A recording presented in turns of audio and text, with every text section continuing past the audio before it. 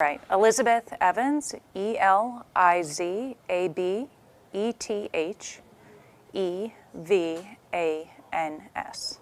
Good. Okay, and your official title and how you want to be identified if the little third comes up. Sure, the Deputy Director, Operations Chief. Okay. So one of the Florida National Guard's functions, one of our large functions, is our support to the state of Florida. So the area that I work in is the Domestic Operations Cell. Primary mission is to support during hurricane operations or other events similar to that. Specifically, I've been in the Florida National Guard for 19 years at this point. I've been assigned to the domestic operations for the last 2 years. Yes, it is, but that's one of the unique things about being a guardsman is that you wear the Army uniform, you serve in your capacity overseas when called, but most importantly to the citizens of the state of Florida and in support of our governor. You know, as soon as a tropical storm or even a depression is noticed in the news, you know, the Florida National Guard goes into preparation mode. In our support to the citizens of Florida, it's our duty to be prepared. And so we track the storm, we prepare for the storm, we make sure that our equipment is ready, and our personnel come into the armories and we prepare to be there when the storm strikes. So that's exactly what our soldiers and our airmen are doing today. So that once you are activated and you head into your armory, your focus now is how to support the citizens. Cool. So absolutely. I think for myself personally and for the soldiers, you know, one of the great things about the Army is we constantly practice preparation and checklists and having a list and going through it and making sure that everything is ready to go before we go someplace. So that's one thing the Army has instilled in all of us is that preparedness, and it perfectly translates into hurricane season and making sure that we're personally prepared so that we're ready to support our citizens.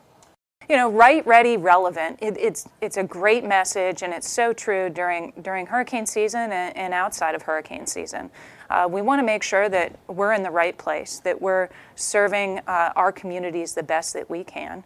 We want to make sure that we're ready, that we're prepared, we have the right equipment, we're trained on the right systems. We stand there to support our citizens. Our relevance, we have the ability to stretch from Miami-Dade County up through Nassau and all the way through the West Coast. So being there for the counties, being able to explain what we can do to assist in support of others, that's really what it means to be a guardsman.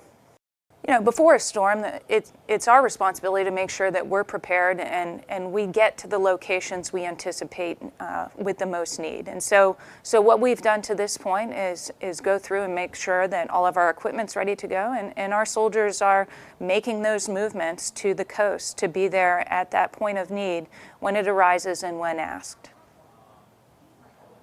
All right, it's Colonel George Downs, George. Downs, D-O-W-N-S. So my official title is the Director of Operations for the Florida Air National Guard. So in the Florida Air National Guard, my role as the Director of Operations, when we have National Guard civil support events, such as a hurricane or a natural disaster response, then I'm the Senior Air Guard representative here in the Joint Operations Center. We will get asked for a request for support from state authorities. That will then get channeled to the Florida National Guard, and then we will determine here whether that will be sourced from the Army side or the air side of the Florida National Guard. If it comes to the air, then I'm responsible for coordinating that with the follow-on units to source that request and then to track the completion of that mission to ensure it gets accomplished. Yeah, so the fact that, you know, the vast majority of our members live here within the state of Florida, including myself, it obviously is a huge, you know, point of pride that when we can actually go out and help our fellow Floridian citizens. You know, it's part of why we sign up and part of why we do what we do. We love to help out. However, at the moment of need, it's obviously a source of great pride to be able to go out and help our fellow citizens when we know that they're experiencing probably one of the darkest days or events of their life. So here at the JOC, the Joint Operations Center, this is kind of the the hub of activity for the command perspective of Joint Task Force Florida, which is the organization that we stand up to support the state in times of need such as this. And so we'll have representatives here from all of the units within the Florida National Guard, to include the Army and the Air. We'll also have representatives from other organizations that might assist us, such as our larger Department of Defense partners. The FAA has representatives here. And then we'll also coordinate with the State Emergency Operations Center in Tallahassee, where they have additional partners from all the counties and communications with them, as well as other non-governmental organizations such as the American Red Cross or other aid societies to help in the disaster response. As the requests come here, we'll source those, and then that gets sent to the actual units that are out in the field to perform those tasks. And some of the tasks that we get sourced with or asked to perform, certainly security, patrols and ensuring that the roads are clear and safe. Route clearance, especially after a hurricane, is another primary task that we'll get tasked to do. And so we'll have crews out with heavy equipment to go ahead and ensure that the roads are passable, to clear them if they're not, and to also ensure that they're safe for not only military and first responder movement, but also for citizens as they start to get back to normal in their lives.